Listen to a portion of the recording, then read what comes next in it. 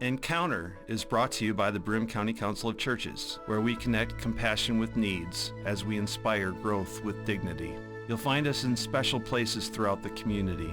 For those who remain hungry, we provide meals. For those who are challenged, we build wheelchair ramps. We comfort those who are ill, minister to those who are confined, and we remain an advocate for change and understanding on behalf of every element of our community. Connect and inspire. Encounter the Broome County Council of Churches. Good morning. I'm Jeff Kellam, the Parish Associate at the Union Presbyterian Church in Endicott. Welcome to this week's edition of Encounter. Do you hear that? It's like a sound of high-pitched crickets. No, you won't hear it because it's only in my head. It's called tinnitus, and tinnitus, if you're rather pronounce it with a long I. It's something that I picked up probably listening to music through headphones, turned up way too high. And the DJs I used to work with back in Virginia would have these cans, they called them, Koss headphones, big ones. And every day, unknowingly, they would go into the studio and it would turn up a little bit louder, a little bit louder. And now many of them have a hearing disability. My wife is a church organist, sat under organ pipes in big churches, and she wears hearing aids. They are sophisticated and expensive, but worth every dollar. And speaking of musicians with hearing disabilities, Beethoven, as you probably remember as a kid, you've studied music in school and remember the thing about Beethoven was that he was deaf. Well, there's much more to his story than that. And the Beethoven Project is celebrating his 250th birthday. He's even older than I am. Our guest today is Daniel Hege, who is the music director of the Binghamton Philharmonic and the conductor. Yes. A musicologist. We could go on and on, but we won't. Tell me, if it's not too personal, how's your hearing? It's pretty good. I think I probably have some diminished hearing just from working with orchestras, actually. Yeah. People who play in the orchestra oftentimes get kind of a hearing loss over time. Right. Especially those who are sitting back toward the brass or the percussion, near a piccolo, something like that. Yeah. That can, those people are playing at quite high decibel levels, and it's pretty common through orchestras all over the country for musicians that have sometimes very significant hearing loss by the middle to the end of their careers. Right, and so even the violin right there at absolutely, your ear, absolutely. high pitch. Yes, I know a number of violinists because their ear is right next to the instrument. It's vibrating at quite an intensity, and they actually have more hearing loss in their left ear than their right ear because of that. And so do people use cotton? Can they do that and still listen? They can. That's kind of a, I don't know, right now that's just not an updated way to do it. Yeah. So a lot of people have these very sophisticated earplugs. They can actually tailor make to fit the contours of your ear specifically. Right. And those kind of earplugs are very good at shutting out some of the super loud noise, but allowing the kind of vibrations that you need to hear in order to participate. Sure. My wife and I went to my dream concert. It was Earth, Wind and Fire and Chicago on the same bill. Yeah. And it was at the old Woodstock. What is the performance space now at Woodstock? Okay. It was overwhelmingly loud. Yes. And the next day, I was afraid. I mean, really. Right. And now it's fine. It's just the standard crickets. Yeah. But I was at a jazz concert recently where the guy who was leading the band would make announcements, and he touched his ear. And then before they played, they touched his ear again. It dawned on me, he's adjusting a hearing aid. Right. So Beethoven was not born deaf. Right. And so he the musical genius has some musical, he's heard music, and he's heard the music of whom? Who would he have grown up with? Well, he would have heard the music of Haydn and Mozart. Yeah. And that's really, Haydn especially is who he really emulated. Yeah. And he would have heard the Baroque masters, especially Handel. Bach, not so much, because that was really discovered a little bit later in terms of kind of a wide degree of circulation of Bach's music. But he would have known some of the Baroque masters, and of course in the classical era he would have known Haydn. Of course he would have known a lot of those other classical composers of the time, Clementi and so on, Stamitz. So he was able to hear that music and was able to innovate quite a bit before he started to lose his hearing, which started to happen really in his later 20s. Right. And then it diminished over time. Yes. And by, I think, 1826 is when he wrote his last symphony. Yeah, the 1824 is the Ninth Symphony. Yeah. And everybody knows, is that the four notes? Oh. Bum, bum, bum, bum, or is that that's the fifth? That's the fifth symphony, yeah. Made popular by the NBC Nightly News. Yeah, I believe. exactly right. Yeah. A lot of people, yeah. That's true. So he heard the music, and then he began to lose his hearing. And I read that he did a lot of things to kind of compensate. He had this shell built over his piano for a while. Someone else talked about the myth of his cutting the legs off pianos and putting them on the floor and then playing the piano so he could hear it through the floor, which was discounted probably, I think. Mm-hmm. So he compensated, but he also was one, well, let's go back. He was a pianist. Yes. So he was first and foremost a pianist at the beginning of his career. When he went to Vienna when he was 22 years old, this would have been 1792, he went there as not just a composer, but someone who could actually improvise on the piano. Yeah. And at that time, there would be these contests where, if you had a duel, instead of using violence. or banjos. Right, exactly. You would sit down at the piano, you would be given a theme, a short theme, and one person would sit down and improvise on that theme and see what they could do to develop it. And then another person would try it and see if it could be topped. And it would be kind of the audience reaction to see who was doing better. And sometimes it was just obvious. Yeah. And it turned out that when Beethoven would get his chance to sit down and improvise on a theme, his competitor would just kind of start backing away because there's no way I can do that as well. So it's very interesting that Beethoven had this facility. He could just sit down and play and understood music on such a deep level already, which is interesting. I just want to make a point because while he had such a facility to be able to improvise, when it came time for him to actually write things down and commit it to posterity, he was extremely tough on himself. And we have sketchbooks to prove this because we know what the finished version is because we have the published versions of his symphonies and concertos and whatnot. But if we go back to see how he worked out a certain motive or a certain idea until we got there, he just exhausted what looks like every possibility of how to develop a theme, which I find so fascinating because he could do it so easily. You know, people talk about a contrast between Mozart and Beethoven, that Mozart could just compose the entire piece in his mind and then just simply write it down. And scholars oftentimes cannot find any eraser marks in Mozart's music because he just wrote it down the first time. It didn't have to revise anything. I think that, well, that's really incredible. But Beethoven, the polar opposite. He'd write something down, rework it, work it again.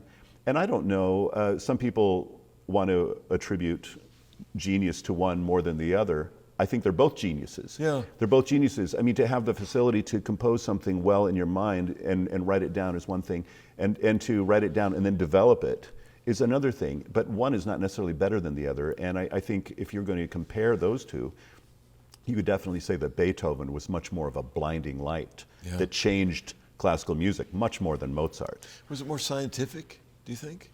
I mean, they say that musicians and scientists have a lot in common. I think in a way he was, but I think it was intuitive also. In other words, I don't think he analyzed, I don't really know, but I don't... You didn't know him personally. Yeah, I didn't know him personally. I wasn't able to interview him. But what we can see from the sketchbooks and what we see as the finished product, it doesn't appear that he was necessarily trying to calculate like a scientist would. But that he understood music on a very intellectual level in addition to a very spiritual level and a very emotional level. He was able to create a sense of drama in his music that was unparalleled, not even close up to his time. He was way ahead of his time, and even some of his compositions are formidable, even from the 21st century point of view. The way he used form and harmony and the structure of the pieces and whatnot. But I think he just had to work it out on an instinctive basis. He just knew the rightness of something, and he was probably using his analytical mind to do it. But I don't think he was consciously trying to work it out. I think he just had genius, and he knew that there had to be a solution to make this music even more powerfully expressive than he had written it down the first time. So he had to develop it. Yeah, and so you can imagine when he begins to realize he has some hearing loss, it must have been frightening.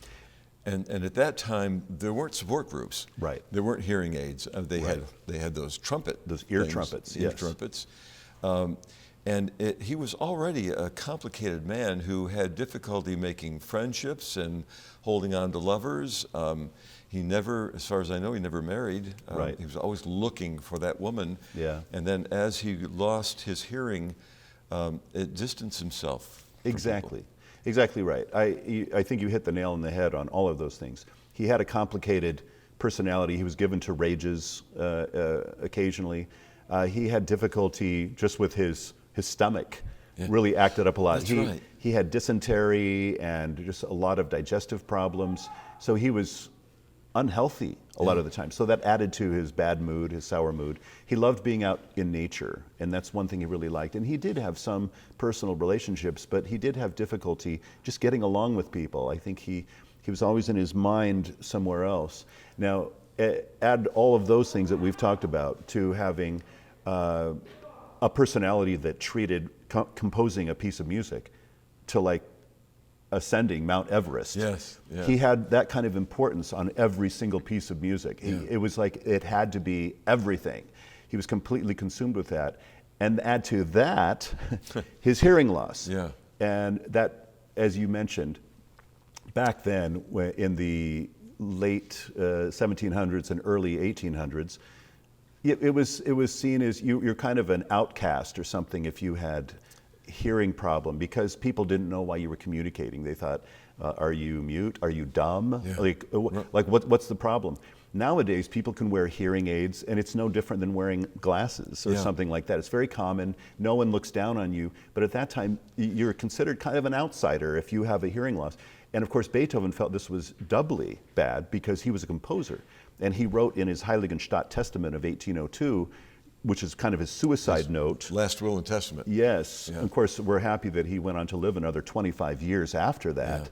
But he was basically saying the one faculty in me that should be the strongest is the weakest. Yeah. And for that, he was in utter despair by that time. But he also knew that he had more music in him. Yes. And he did not want his life to end before he got that music out. Yes. So, like many musicians, he has his periods, the early period, the middle period. Yes. And so the period that's coming up for the symphony, where's my cheat sheet? The heroism of the human spirit. Yeah. Let's say that we'll just announce this. Yeah. This is the heroism of the human spirit, and it's coming up on February 15th at the Forum at 7:30. And you're doing two pieces. One is the Beethoven Symphony No. 3. That's where we get the heroism part, I guess. But what's the Tower, Made in America? Joan Tower is a living American composer, and she's really one of the most highly recognized American composers out there right now. And she wrote a piece called Made in America. It was based on a consortium of about 50 orchestras coming together and pooling some money together. So she would write this, and then she was guaranteed performances in all of these cities with all of these orchestras. And it uses America the Beautiful, just part of the tune, and she develops that and kind of shows the rocky road that America has had ever since its founding until today. It's about 12 or 13 minutes long. And it's like a tone poem or something. It's not like a little overture, but it's like a real piece of music that has adventure in it. And so with this year that we're celebrating the 100th anniversary of women's suffrage, they're allowed to vote 100 years ago. We thought, why don't we put a female composer on? And of course, she doesn't need the tag, a female composer. She is a composer in every meaning of the word. But we thought, why not put her as a hero? Women being exalted in a sense, we have to recognize them more. In fact, in a lot of my orchestras that I'm conducting, I'm trying to put women out there a little bit more because a lot of them haven't made it into the canon, the orchestral canon. Right. So anyway, we're starting with that, and we're calling her a hero too, and also the idea of Americana, also being like the heroism that helped found this wonderful country that we have right now. And so what's the tie then to the Third Symphony of Beethoven? Well, because that Third Symphony is subtitled Eroica, or heroic. That's how that would be translated. And Beethoven had originally dedicated this piece to Napoleon Bonaparte, who he admired quite a bit when Napoleon was making it up through the ranks. He saw Napoleon as an agent of change for good and thought he was going to really change Europe to be more peaceful, and that Napoleon was noble. But then when he discovered that Napoleon was not that, and that Napoleon was a troublemaker and a narcissist and all these other problems, he quickly retreated from that dedication. And he had written dedicated to Napoleon Bonaparte. He actually took his eraser from his pencil and erased it so hard that he wore a hole through the paper. He actually destroyed it. He was so upset at Napoleon. And so he said, it's no longer dedicated to Napoleon, it's dedicated to the heroism of the human spirit. And so we have taken that and used that for the subtitle for our concert.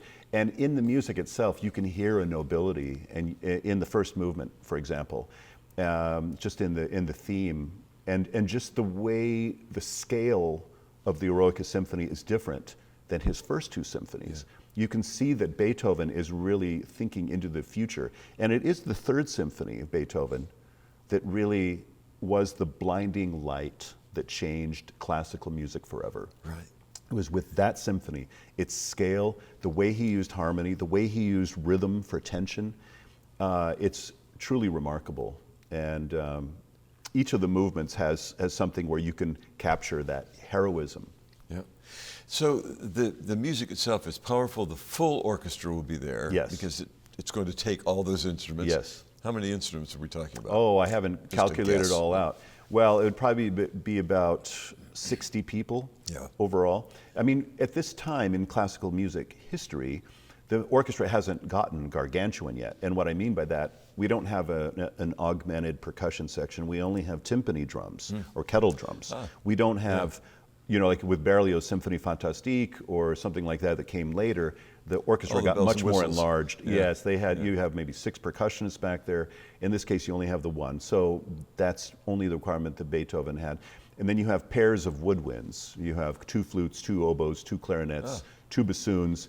In this case, you have 3 horns. There had been 2 horns previously, so there are 3 horns, and 2 trumpets. But there are no trombones or tuba yet, and there are no cymbals or snare drum or anything like that. And then you have your cadre of strings, which you maybe have 12 first violins, 10 second violins, 8 violas, 6 cellos, 5 basses, something like that. So everyone can do the math there. So when folks think about classical music, I mean, I, as a jazz aficionado, I hear people say, "Oh, I don't like jazz," and I always say, "What kind of jazz is it that you don't like?" Is it Brubeck or Shearing, or is it Dave Liebman or Kirk Whalum?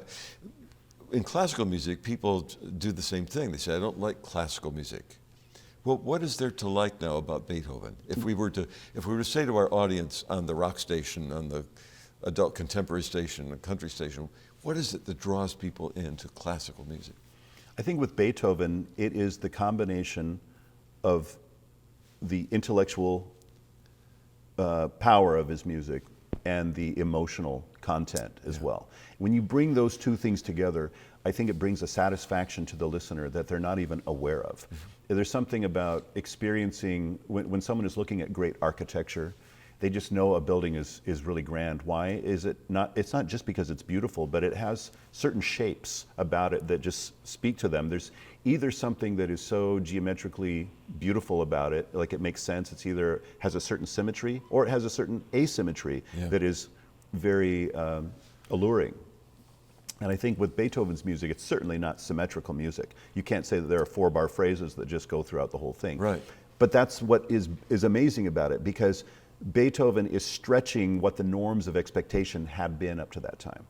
The norms of expectation being there were certain kind of rules that people followed when they wrote classical music. For example, your first movement should be in sonata allegro form, where you present one theme and then you present a contrasting theme, and then you go to a development section and you break those things into little pieces and little themes, and then you explore different keys and then you come back. So there was a real structure for the sake of drama. It was always for the sake of drama, so that the listener is on the edge of their seat.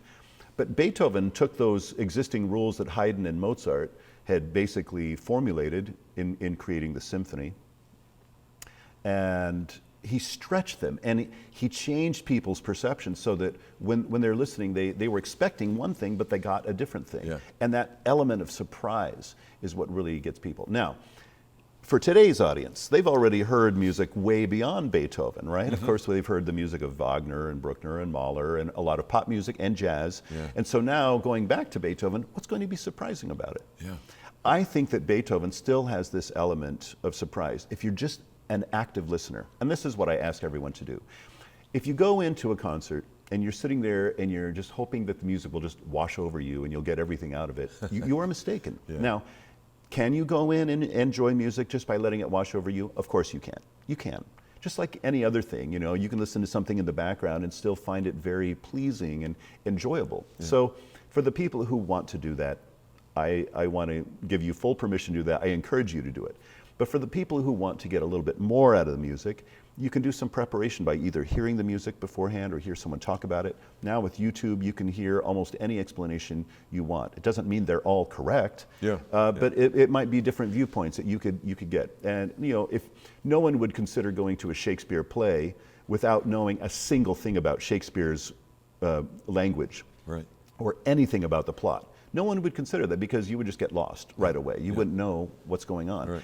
In the same way, I would invite people to go listen to some of Beethoven's music, listen to the Third Symphony, so that you have something to expect when you come in. And then when you're there at the concert, engage fully so that you are an active listener. And when you are an active listener, as opposed to being a passive listener, you will get so much more out of the music. Yeah. You'll feel like Beethoven is grabbing you by the lapels and saying, "This is important," and this is the meaning of life.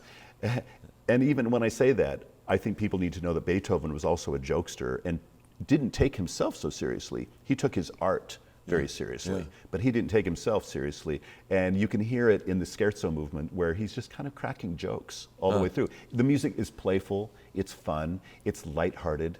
So Beethoven's not only serious, but he has all aspects of the human emotion, and I think that's what people can find in this. And hearing it live in the Forum Theater, where you could watch the musicians, and I think that visual image of the whole orchestra working together it helps you understand and enjoy the music. I couldn't agree with you more. When people are watching it happen, they can actually look at a section of the orchestra, like the cello section, or the woodwinds, or the horns, or the first violins, and when they look at that section, they'll be able to hear that group more. Yeah. And sometimes any one of those sections might have the theme or the main melody at that time. And especially if I'm looking to them or something, to try to get something more out of the orchestra during the concert, people can be seeing that and keying into it and really absorbing the music on a different level than if they're just listening to it at home. Sure. And keeping in mind, again, I started the program by talking a little bit about his hearing loss. It was said that he compensated in a lot of different ways, as often people do, especially to hide their hearing loss. Yes. But he also, as he became accustomed to it, I showed you this book called Hearing Beethoven, A Story of Musical Loss and Discovery by Robin Wallace. He says Beethoven didn't overcome his hearing loss. Right. He worked with it and within it. Mm-hmm. And for any of us with a disability or a different ability, we develop ways to work around those things. Yes. And the fact that he created such magnificent music, which, we're celebrating his 250th birthday. Yes. Now, you can take any musical hero you want and say, 200 years from now, are we still going to know their music? Right. Will their music still be played? Right. It's probably true that some of it will last. Mm-hmm. But he has stood the test of time. That's right. And I think, this is just my opinion, but for the personality traits that we already pointed out that Beethoven had before he lost his hearing, and then while his hearing loss was becoming more and more acute, I think that he pushed himself harder, and once he became more and more deaf, until the point where he was completely deaf, about 1816 or so, which was still 8 years before he wrote the Ninth Symphony. Yeah. I think that not being able to hear allowed him to have no boundaries about how to compose something. Because people will tell you, like the late string quartets, they'll say those pieces are unplayable at the tempos that he wants. Yeah. They're just technically one is not technically able to play them. And I could just see Beethoven saying, I can hear it here. Yeah. I don't really care if you can't play it. Yeah. Because this is how the music goes. And if he had been listening to a quartet playing it, he might say, oh yeah, I got to change that. Yeah. But it's like, the music was perfect here in his mind. Yeah. And he knew how it should go. And you know what? It's pushed quartets to be able to do it. Yeah. And they can do it now. And he basically said, he didn't say he was ahead of his time, but I think not having good hearing allowed him freedom to compose. And he used his other faculties. The word was that he can see the music in front of him, and he can see the movement of the bow on the strings. Yes. So he knows whether they're keeping up with the rhythm and so on. Right. So again, it's an amazing thing. And that's important to point out that, because he did hear for a good part of his life before he started to have hearing loss, he knew how to read music and hear it in his mind. He knew how to look at what dissonances were on a page and knew how that would sound. And so the fact that he couldn't actually hear it outside in didn't necessarily matter so much for him. Yes. Well, I wish we could go on. Yeah, I wish we could too. We could do another hour of this, as far as I'm concerned. The concert, and our guest today has been Daniel Hege, who is the music director of the Binghamton Philharmonic, and the concert is coming up on February 15th at the Broome County Forum Theater at 7:30 p.m. And there's a pre-concert discussion of his music, which is at 6:30. And then they're also, keeping in mind the hearing impaired folks, there will be an ASL interpreter. Also, Lynn Shearer will be helping folks with your announcements. Right. We actually do some demonstrations of what Beethoven might have been hearing at that time. Good. So it'll be very, very fascinating for everybody. So that, again, is February 15th, The Heroism of the Human Spirit with the Third Symphony of Ludwig von Beethoven. Thank you for joining us for the Encounter program this week. I'm Jeff Kellam, the Parish Associate at Union Presbyterian Church in Endicott. Thanking you for being with us. Our thanks to WBNG for the studio and for the Town Square media stations for carrying the audio portion of the program. We'll see you next week.